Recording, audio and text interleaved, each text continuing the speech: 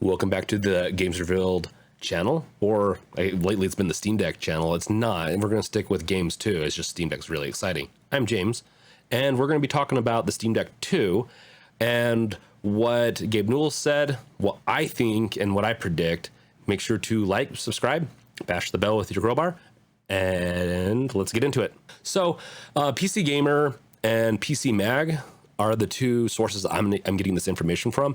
The interview with Gabe Newell is actually with Edge Magazine, and that's where they're sourcing their information from. I'm going to give a couple of quotes that Gabe Newell gave, from Gabe Newell, and then I'll go over some information, do the quote, we'll talk about it, give my predictions. Okay, first up, Gabe Newell is thinking about doing a Steam Deck 2. He plans it to be in a couple years in the future.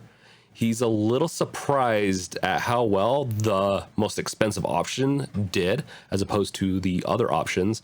And really it's not really surprising. PC people really do like to spend the money a little bit, but I think the surprising part was they were trying to go for a console level and people still wanted that 512 gigabytes of goodness.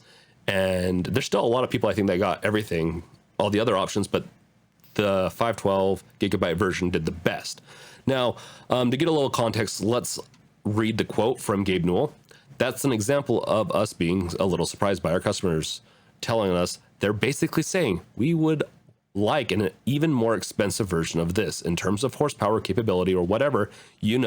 That's why we always love to get something out there and ship it, because we learn a lot from that and it helps frame our thinking for Deck 2.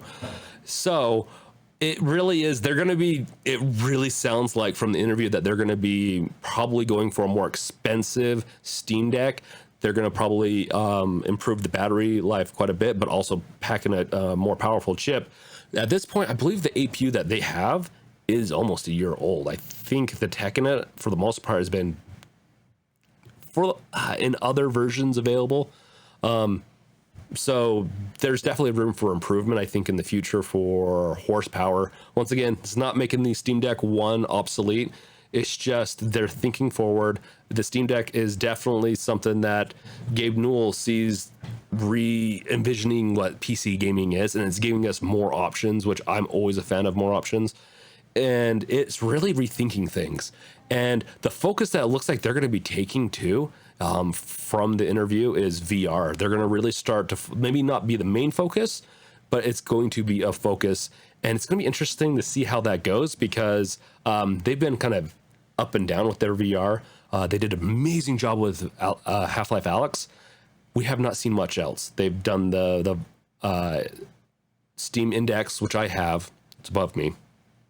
And I love it. It's a great device. It's not very portable because I have to have these lighthouses, but I'm kind of curious, and that gets into my prediction.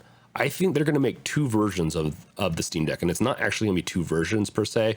They'll probably, not just like sizes like our current versions, where it's like you can get the small size, the large, or the extra large, even though that's not really extra large storage sizes. I really see the two different versions more or less. They could have a size difference that's almost not really two versions in my opinion. Or maybe two different products. I'm going at this wrong. Two different products. I see them doing a product that's just like the Steam Deck. So it'll be a Steam Deck 2 with VR capabilities, meaning it's going to be optimized. The performance is going to be there to run VR games like Half-Life Alyx. They're going to optimize Half-Life Alyx probably for it, and they're going to optimize as many games as they can for VR. I have a feeling they took that off the docket for this one, and maybe they could even patch it in the Steam Deck, partially because performance, but also if you try to do too much at once, you just fail at doing everything. And that's a pretty common proverb in every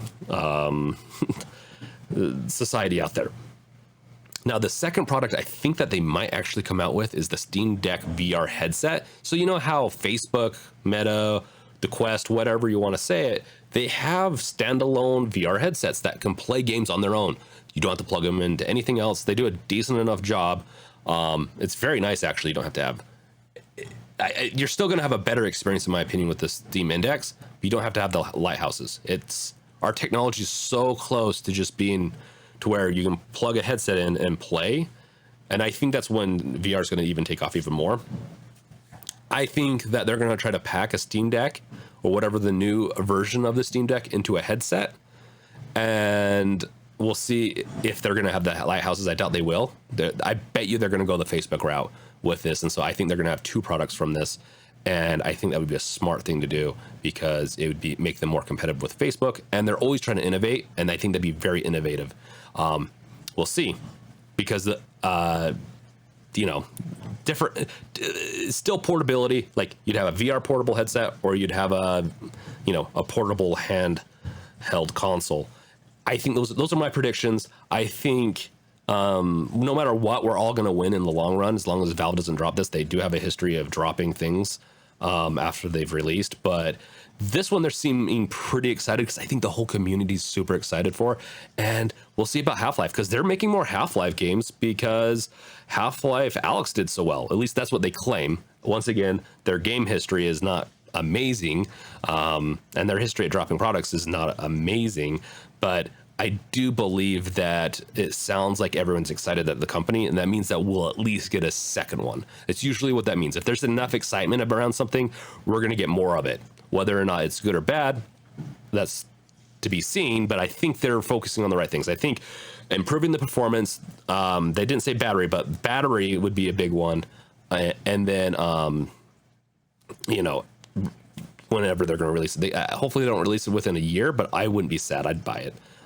It sucked to have Deck 2 come out, and then it's like, oh, I just got my Deck 1 because I was Q2 2022, but you know what Q2 22 means, or past Q2, it means 2024. I'm hoping not, crossing fingers. Sorry guys, didn't mean to jinx anything, but I do think with the Steam Deck, the VR is going to be something that they're definitely going to be looking at for it. So Steam Deck 2, excited, but I'm still excited for my Steam Deck 1, so I'm trying not to get too excited for Steam Deck 2 and the possibilities.